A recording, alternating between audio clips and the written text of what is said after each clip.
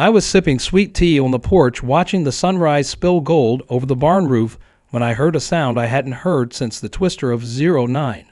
Wood cracking, chickens squawking, and a woman yelling like she was leading a riot.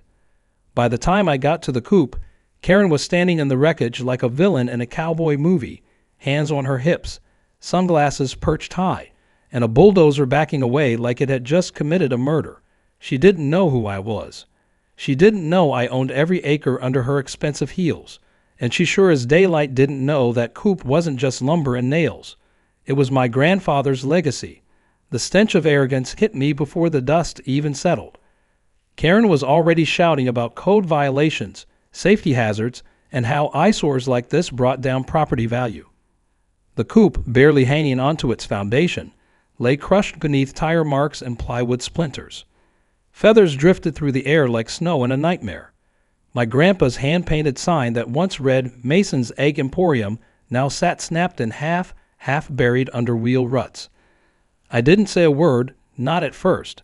I walked to the rubble, bent down, and picked up one of the old cedar beams Grandpa had carved initials into when he first built it 40 years ago. It was the first structure he'd raised on this ranch. He started it before the house, before the fencing, before he even proposed to Grandma Lily. That coop meant more to our family than Karen's entire HOA did to her gated soul. Karen kept going, not even stopping to ask if I lived there. She pointed at the remains and said something about how farm animals should not be within view of residential properties, then threatened to involve the county inspector, claiming she'd already filed complaints on behalf of the HOA. I still didn't speak. I just looked at the coop, looked at her, and took a long, deep breath like I was counting the seconds before my boot would launch into something solid. But instead of losing it, I turned away, whistled for the dogs, and walked back toward the house. She followed, heels clicking across my gravel like nails in a coffin. That's when she saw the mailbox. It wasn't some flimsy tin thing. It was a carved log with the words Stillwater Ranch EST, 1954, branded deep in the wood, and just beneath it was a large gold-plated deed marker issued by the state. Her mouth opened, then closed, then opened again like a fish caught mid-thought. "Wait," she said, "you live here?" "No," I replied calmly, "I own here." The realization hit her like a late bill.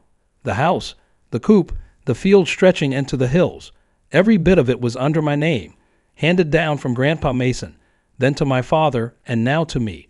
The HOA line stopped a good half-mile short of our boundary. Karen, and her mission to beautify the community, had not only trespassed, she bulldozed private property and scattered livestock without permission.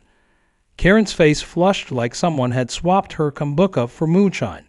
She stammered about property blending and unified zoning goals, and how the community expected a higher standard. I asked her if her bulldozer driver had gotten those expectations in writing before crossing onto private land and flattening something he didn't own. She didn't answer.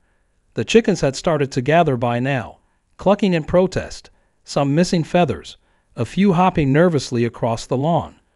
One stood proudly on a scrap of broken roof, clucking like a tiny feathered general surveying the battlefield. It would have been funny if I wasn't still chewing on the urge to call the sheriff then and there. Instead, I told her to leave. Karen crossed her arms. "I have every right to be here," she declared. "This whole neighborhood is part of the HOA now. It's common zoning, transitional planning."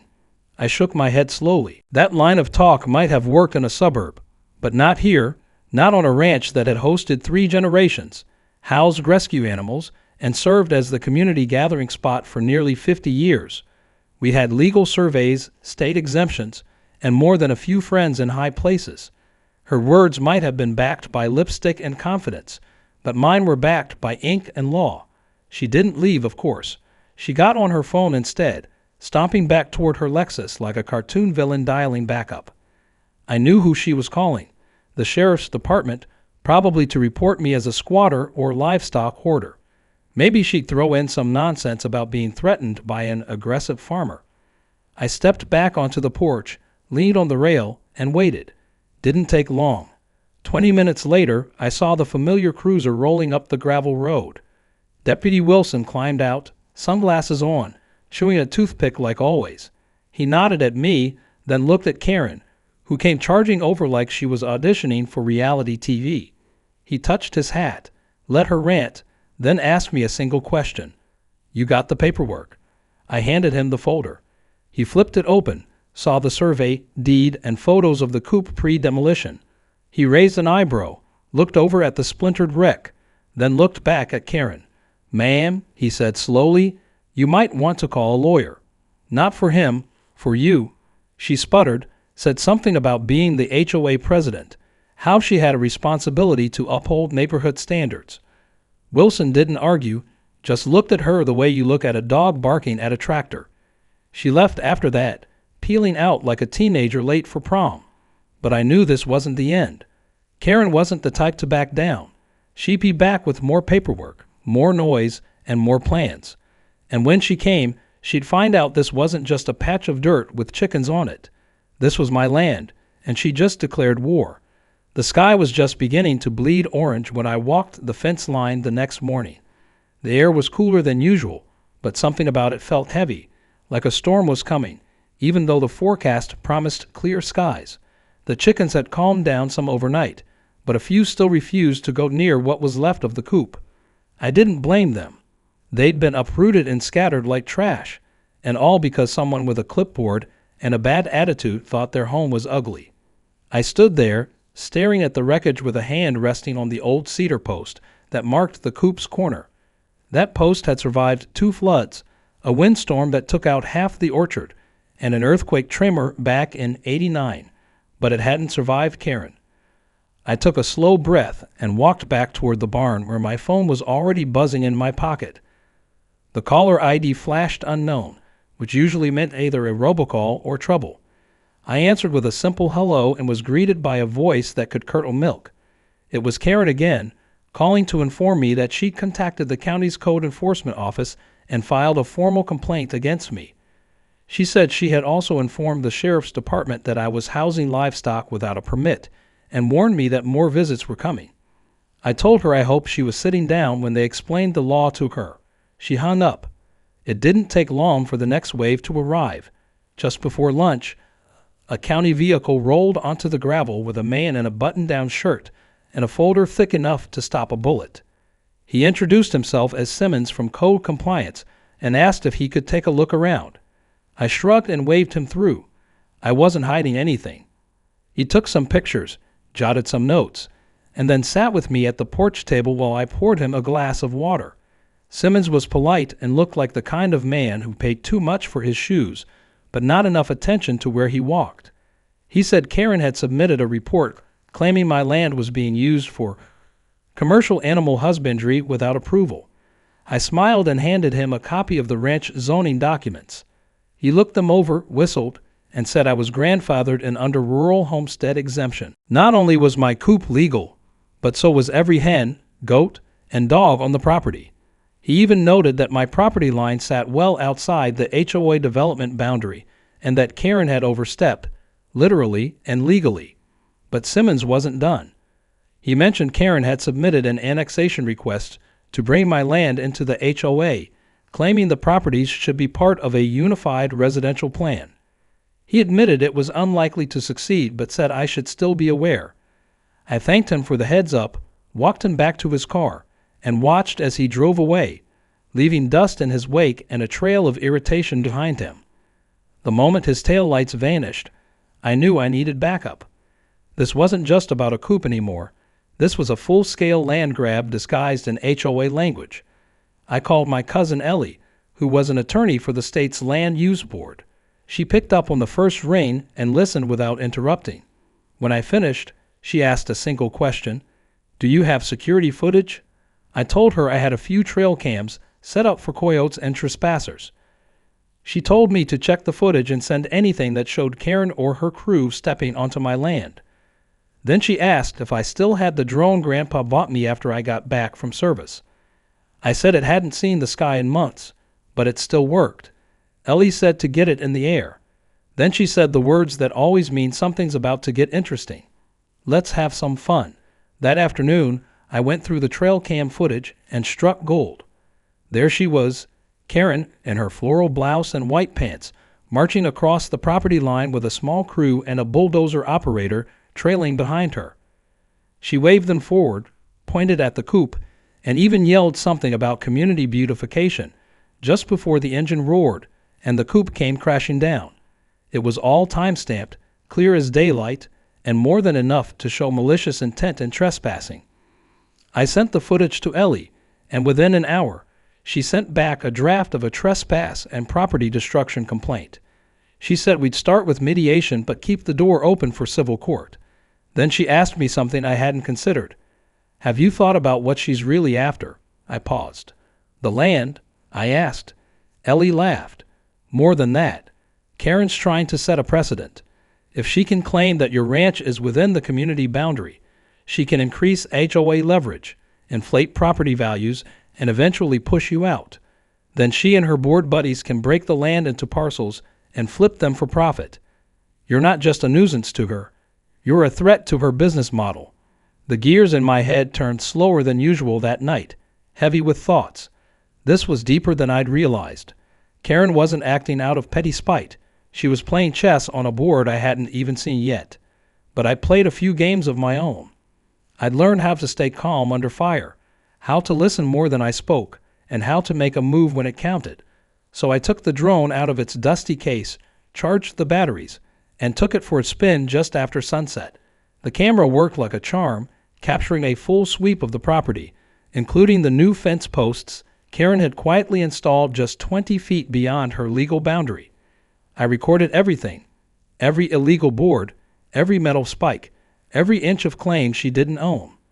By morning, I had enough evidence to make a sheriff raise an eyebrow and a judge raise a gavel, and I knew exactly how to use it, because if Karen wanted a war over dirt, chickens, and invisible lines, then I was more than happy to give her one.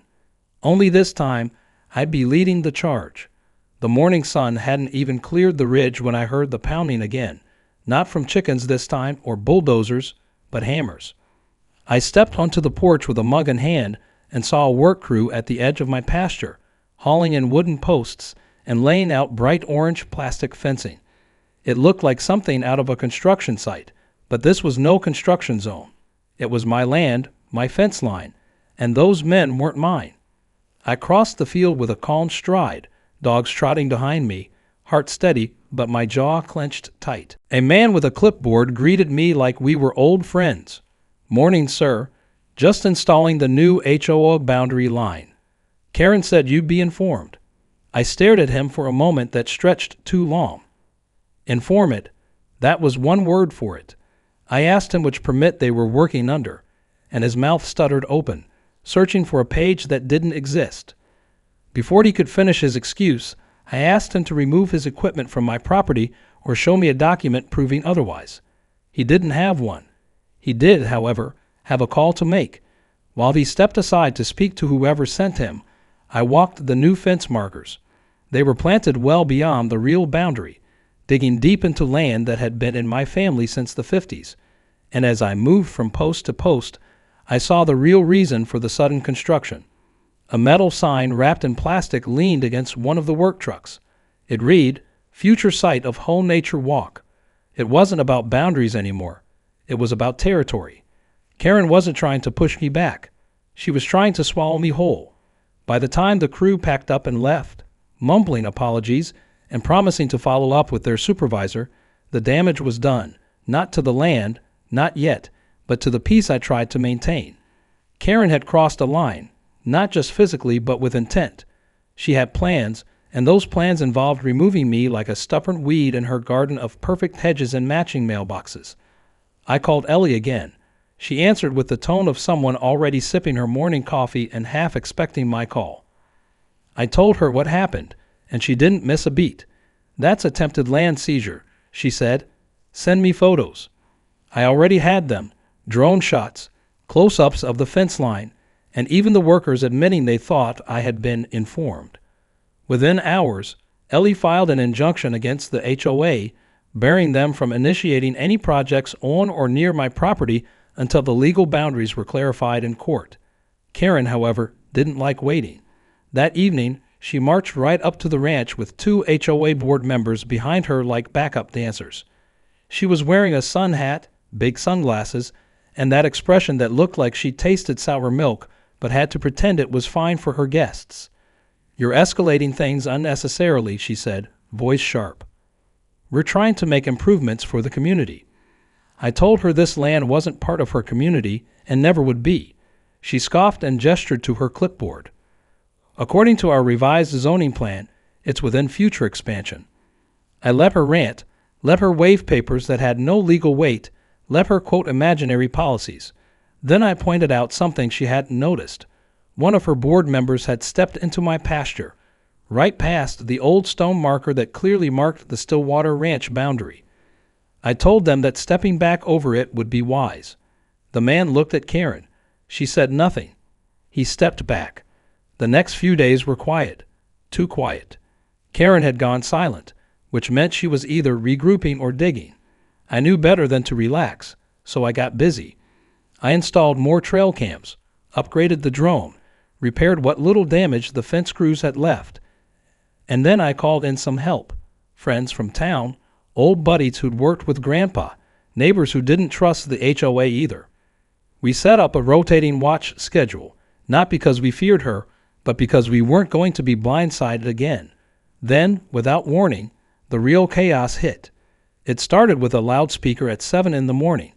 A truck parked just beyond my property line with a mounted speaker blaring community announcements. Karen's voice echoed across the fields, announcing new policies including a proposed neighborhood beautification grant and a wildlife cleanup initiative. The last line was the most insulting. She said, "Any property hosting free-roaming livestock or structures that are not visually compliant will be addressed immediately under the HOA emergency clause."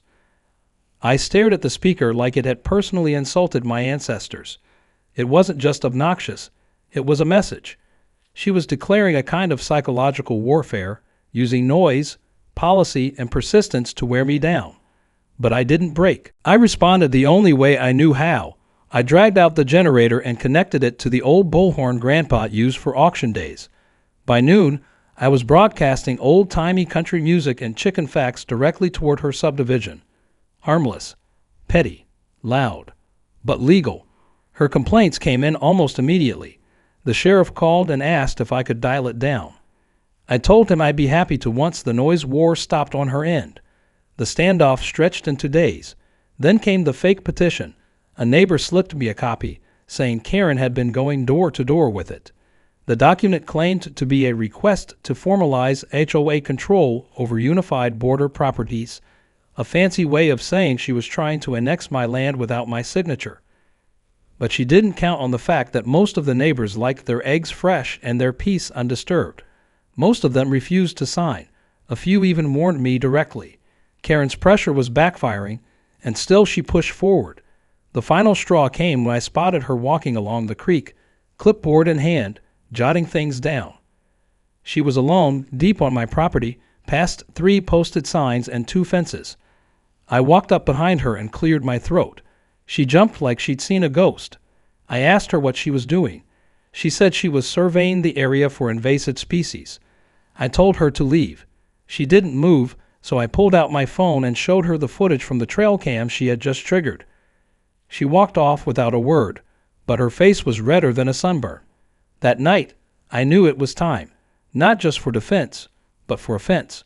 The kind Karen wouldn't see coming, the kind she'd never be able to prepare for.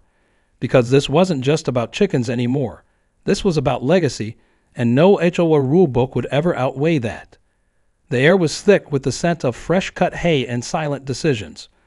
I spent the next morning walking the border of the ranch, taking notes and measurements, marking places where Karen had tried to inch her way in with cheap fencing and empty signs.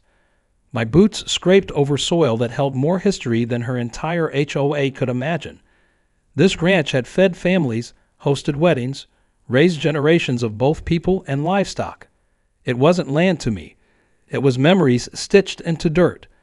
And now it was under siege by someone who thought a clipboard gave her power. After the creek incident, I knew waiting for her next move wasn't an option. Ellie agreed. She told me if Karen wanted to play games, then it was time to raise the stakes.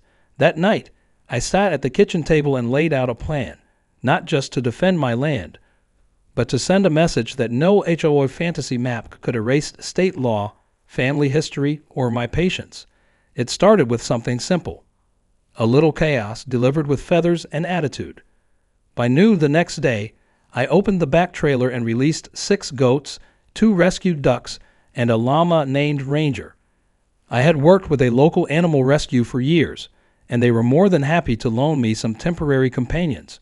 The animals weren't destructive, just curious, hungry, and exceptionally photogenic.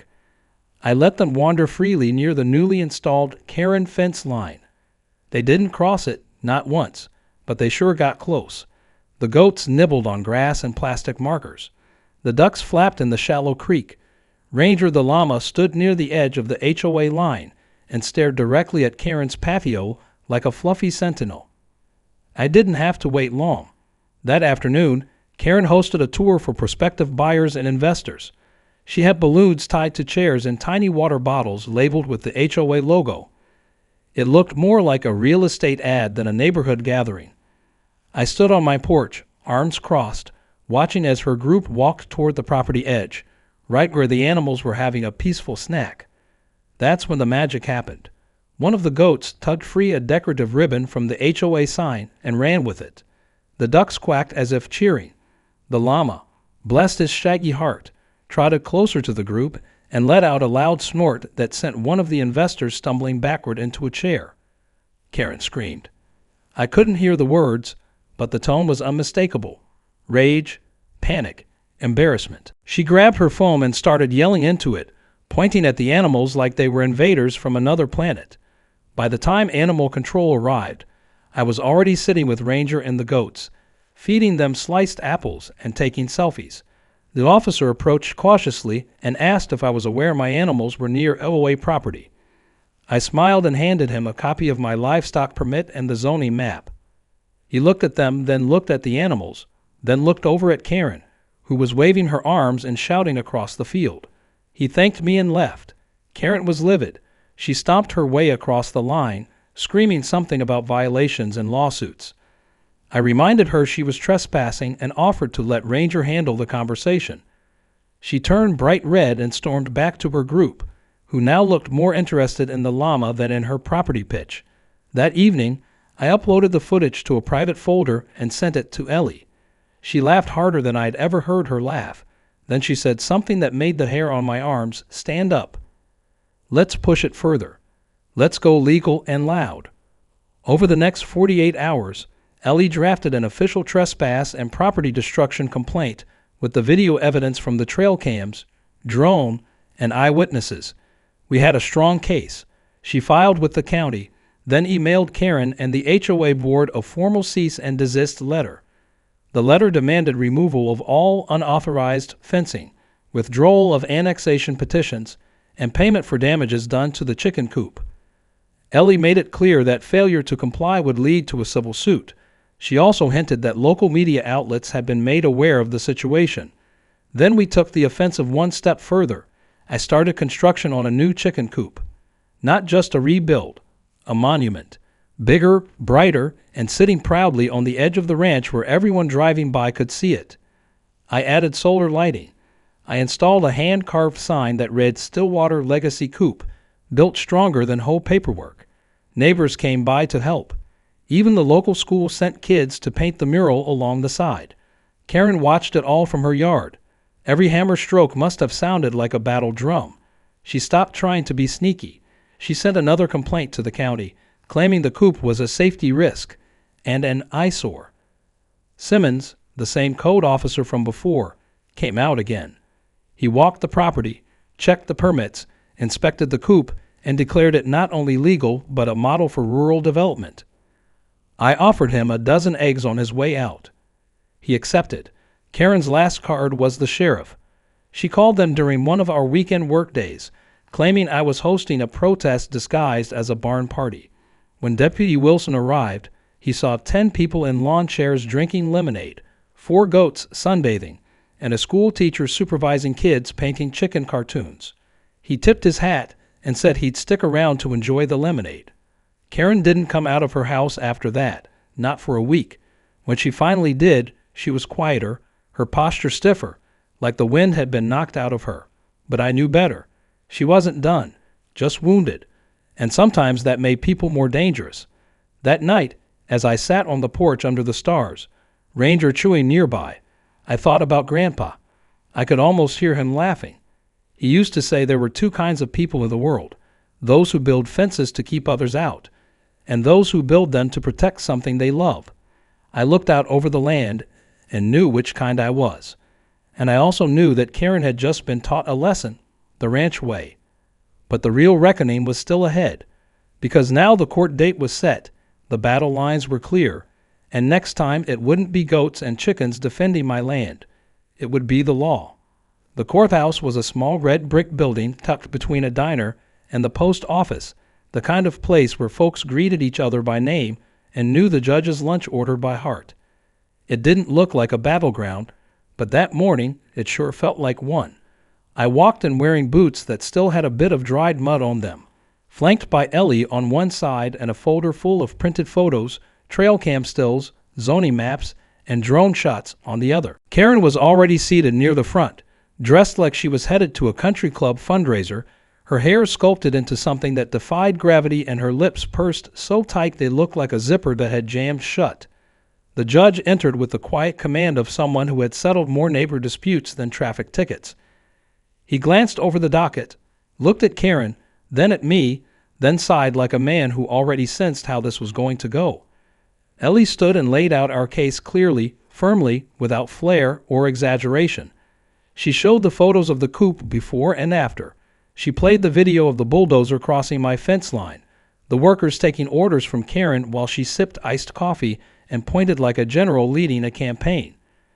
She handed over survey documents, property deeds, and a timeline of every HOA attempt to annex my land without consent.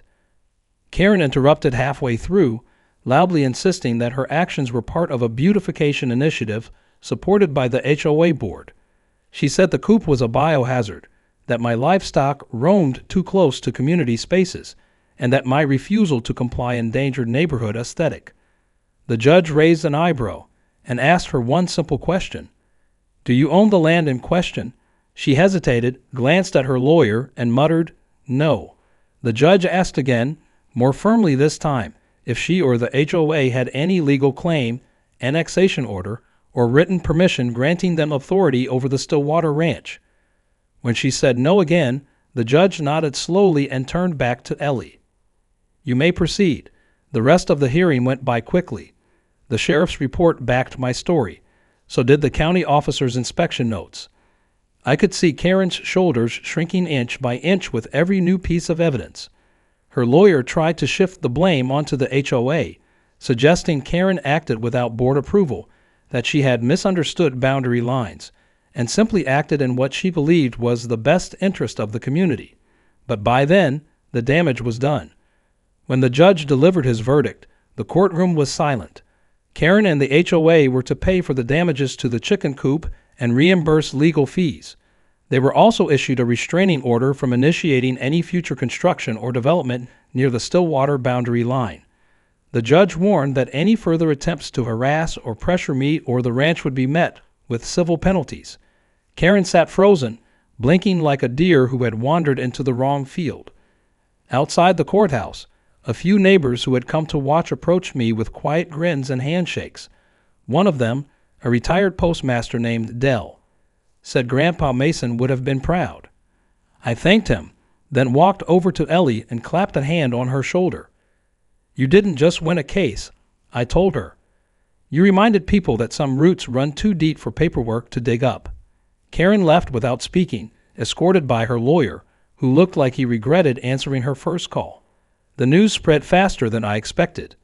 By the time I got back to the ranch, someone had already tied a congratulatory balloon to my mailbox. A neighbor kid left a handmade sign that read "Chicken Coop Justice," with a drawing of Ranger the llama stomping on an HOA sign. I laughed for the first time in weeks. That evening, I held a small barbecue. Nothing fancy, just friends, neighbors, a few folks who had pitched in to rebuild the coop. The air smelled like mesquite smoke and grilled corn. The new coop glowed under string lights, full of content chickens scratching and clucking like nothing had ever gone wrong.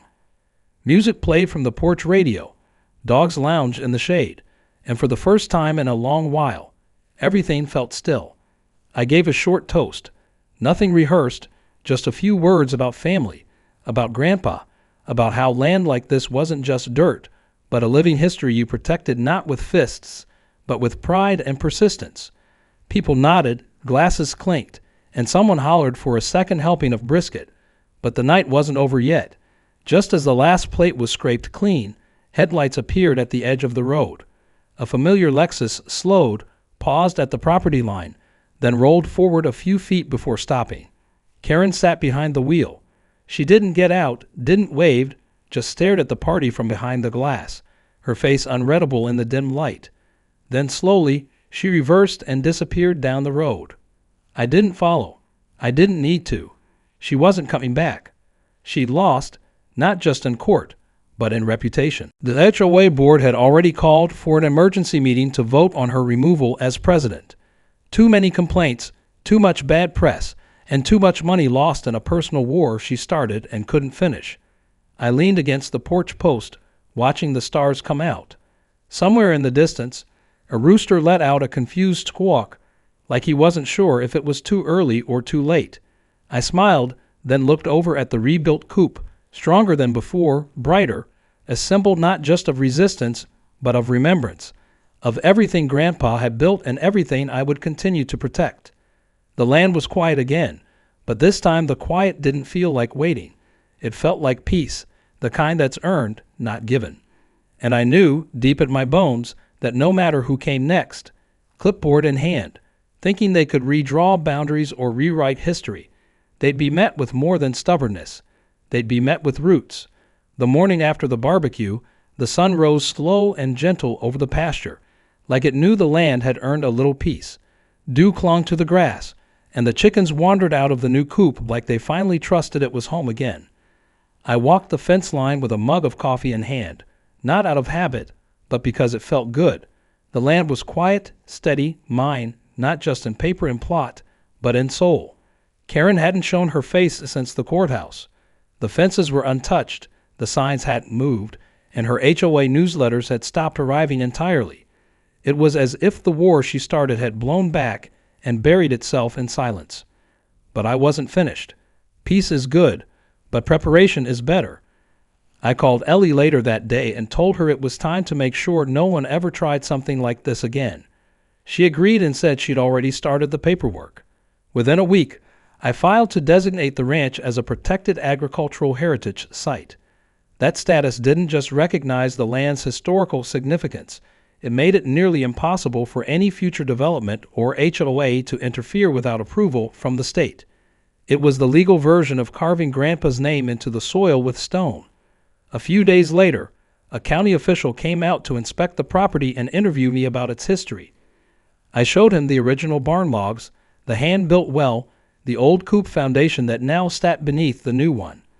I told him stories about Grandpa Mason's Sunday markets, the time we rescued a stray calf from the creek during a flood, how my father used to ring the old cow bell whenever dinner was ready for everyone working the field. The official listened quietly, taking notes, asking questions. At the end, he shook my hand and said it was one of the easiest approvals he'd ever made. He'd seen a lot of places, but very few with heart built into every board. Not long after that, I received the official seal from the state. I hung it proudly next to the new coop, framed in weathered barnwood. It wasn't flashy, just a simple plaque with the state emblem and the words Stillwater Ranch, Protected Heritage Land. It was more than paper, it was armor. News of the designation spread through the county, and soon enough, a reporter from a local news channel asked to do a story. I agreed on one condition: no politics, no HOA drama, just the truth about the land and the people who kept it alive. They came with cameras and questions, filming the chickens, the coop, the goats grazing nearby, and the kids painting the mural along the side. I spoke about legacy, about respecting boundaries, and about how sometimes the quietest places hold the loudest stories. The segment aired a few days later. It wasn't sensational, just heartfelt. but it did something I didn't expect. People started writing letters. Some were neighbors I hadn't seen in years, others were strangers from towns over. One woman said her grandfather used to deliver feed to my ranch when she was a girl. Another man offered to donate lumber for any future projects. A retired teacher from across the county sent me a hand-sewn patchwork flag with a stitched chicken on it and the words, "Stand your ground," in red thread. It wasn't about fame. It was about people remembering what mattered.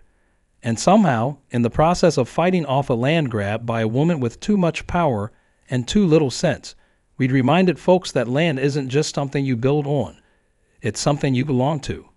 One quiet evening, about 2 weeks after the news aired, I noticed a for sale sign at the end of Karen's driveway. The house was pristine, the lawn still unnaturally trimmed, but the air around it felt empty. No more decorations. No more HOA banners or patrol cars cruising the neighborhood. I heard later that the board voted unanimously to remove her as president, citing misuse of funds, unauthorized actions, and community disruption. Her name vanished from the newsletter, replaced by a temporary acting chair who sent me a handwritten apology for the whole mess. I didn't smile when I saw the sign, not out of pity, just a calm sort of acceptance. She had tried to turn legacy into leverage and failed, not because I fought dirty, but because I didn't budge. A few days later, she left. No waves, no goodbyes, just a moving truck and silence. That night, I walked the edge of the field where her fence had once crept past the line. I stood there for a long time, the dogs sitting beside me, the stars blinking awake one by one. I thought about how easy it could have been to give in early, to avoid conflict, to rebuild the coop quietly and let it all go. But if I had, she would have taken more, not just the land, but the dignity that comes from defending something worth holding on to. The next morning, I got back to work, real work, fencing repairs, feed inventory, checking the soil near the south pasture for spring planting. It felt good to be busy again, not because of a fight, but because the land demanded it in the honest way only land can. It doesn't care about politics or property values. It just wants care, and in return, it gives back more than you put in. A week later, a school bus pulled into the driveway. I had partnered with the local elementary school to let kids visit the ranch, learn about farming, feed the chickens, and understand where their food came from. It was something Grandpa would have loved. I watched as the kids ran across the pasture, giggling and shouting, hands full of feed and curiosity. One little girl pointed at the coop and said it looked like a chicken castle. I laughed and told her it kind of was. That night, after the bus had gone and the sun had dipped behind the hills, I sat on the porch again, just like I always did. The wind was soft, the stars steady, and the earth quiet beneath my boots. I thought of Grandpa Mason, of all the times he told me that land doesn't ask for much, just that you treat it right and never let anyone take what isn't theirs. I didn't need to see Karen again, didn't need an apology or an explanation. The land was mine, not just in title or law, but in love, sweat, and stubbornness. And long after the fences rot and the signs fade, that truth will stay planted, deeper than anything else. Because in the end, some stories don't need an audience, just soil to stand on.